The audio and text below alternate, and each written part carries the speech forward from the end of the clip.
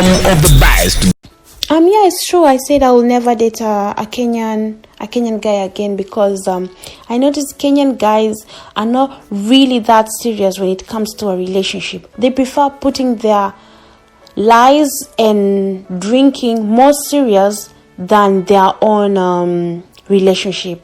A Kenyan guy will leave home for almost 2 or 3 days, all because he wants to go and have his fun out there, and forgets that he has a family to take care of or he has a relationship to look after.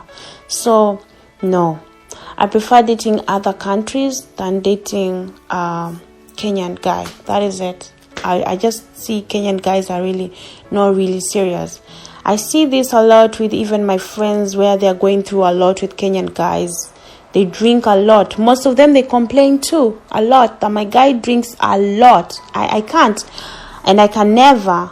And I thank God that I never had a child with a Kenyan guy. That is one thing I always thank God, because no. For me, I think I'll say they should limit how they drink. They should try and take things more serious than drinking.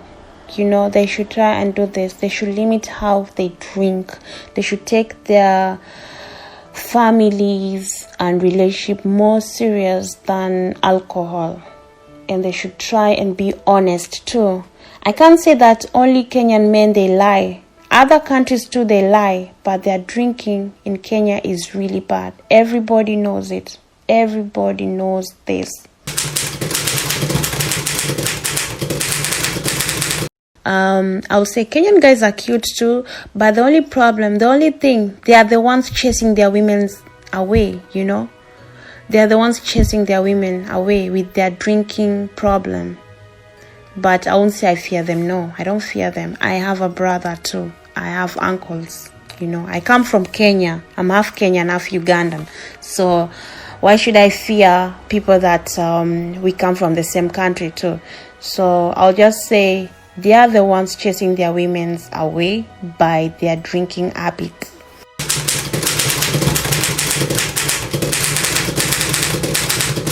Me, I knew he was selling cars, and that he has his own company where he's selling his cars, because he sent me a lot of pictures of his company, and he was like, if you come to Kenya, if you come to visit, you can take any of my cars and do this and that, you know.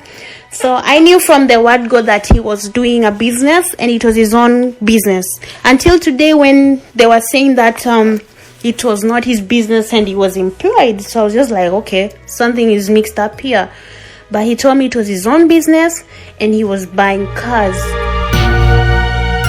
But you know what really baffles me is that how can a guy of his age buys 2 cars, and we are not just talking like a car, we are talking about Porsche and Range Rover, and move into a house of 150,000. Like, did Jesus just come down?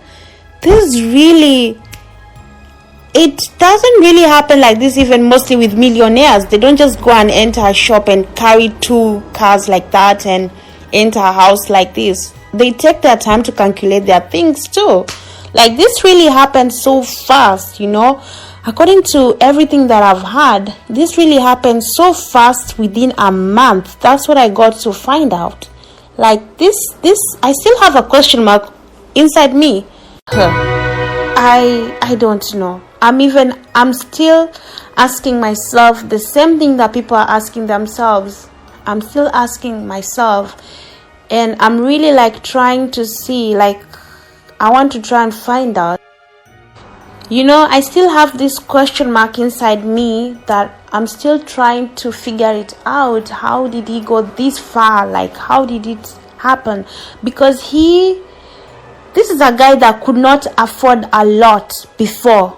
He could not afford a lot before. And all of a sudden, out of blue moon, you come out with such. Like, I'm still trying to figure out such thing.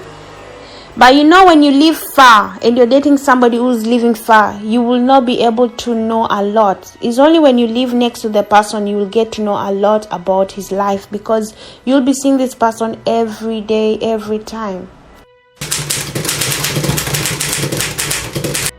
I last talked to Kevin in 2018 when he contacted me again, begging me for us to come back together again. That was the last time we talked, and after I told him it wasn't possible, then I didn't hear from him anymore until yesterday when I got the sad news. What made me to start hating him is because the way he was lying, and I felt like he was not taking things serious anymore, and he was taking me as his bank. And that's what made me to start hating him. The reason I'm saying like that is because his demands became more often, like I want. So it came a time where I felt like, yeah, I was his bank then. I think it could be true because the day we first knew us, he sent me a message saying that I checked your Facebook and I've checked everything about you and I really would like to know you. So I think it could be true he was going after ladies that can afford anything for him to be able to live a good life too. But he used to come and tell me that he needs money. That's all. So maybe he was using that opportunity to do so. So you never know, because he was using an excuse of his mother being sick and his mother being in the hospital and demanding a lot of money, a huge amount of money. He wasn't asking like a little chicken change. He was asking those huge money. So it might be he was using part of the money to do so. You never know. But he never came direct to me and asked me, please, can you pay me my bill or my rent? He only used to come like, my mom is sick, my mom needs medication, he needs this and that. And that was the thing all the time. So maybe he was using that to manage to do whatever he has to do, pay his bills or pay his rent. So you never know. And you know, if you are in a relationship with somebody and he's telling you his mother is sick, then you have to help this person. You can't just let the person like that. But what made me start suspecting him is when he's saying this, but at the end of the day, he's partying. Because at the beginning, I thought it was a normal thing, because you never know tomorrow, you know. It could be him today and tomorrow could be you. So I just accepted to help him. But later I noticed that he was using the same thing as an excuse. And when I tell him, okay, then can you call me with a video? I see your mother, please, how she's doing and everything. He's like, I've already left the hospital. I'll do tomorrow, and tomorrow the same story and the same story. So I think he was using this now as an excuse to get something out of me, out of anybody out there too. They don't even remember they have a home that they have to go back to. And Kenyans, they have this heart that even if they hurt you, they don't really, you know, there's this thing when somebody has hurt you, when he's apologizing, you feel that person is really feeling sorry. But there's this one, he's apologizing as if he's telling you, even if I apologize or I don't apologize, what will you do? You know, that kind of thing. So no, I will never date a Kenyan. I've got so many requests of dating Kenyans. So many Kenyans have been after me, but no. After this past, I never wanted anything to do with Kenyans. This is home of the best. Condolences to the whole family of Omwenga Obati for your loss. There are no goodbye. Wherever you will be, you will always be remembered, no matter what. Nothing is more painful in this world than losing someone you knew before. I am so much broken to hear the sad news and the cause of your death. It is unfortunately that you had to die like that. You did not deserve it at all. I will always pray for your soul in every moment of my life. The tragedy of your death is still a shock to me and will always be.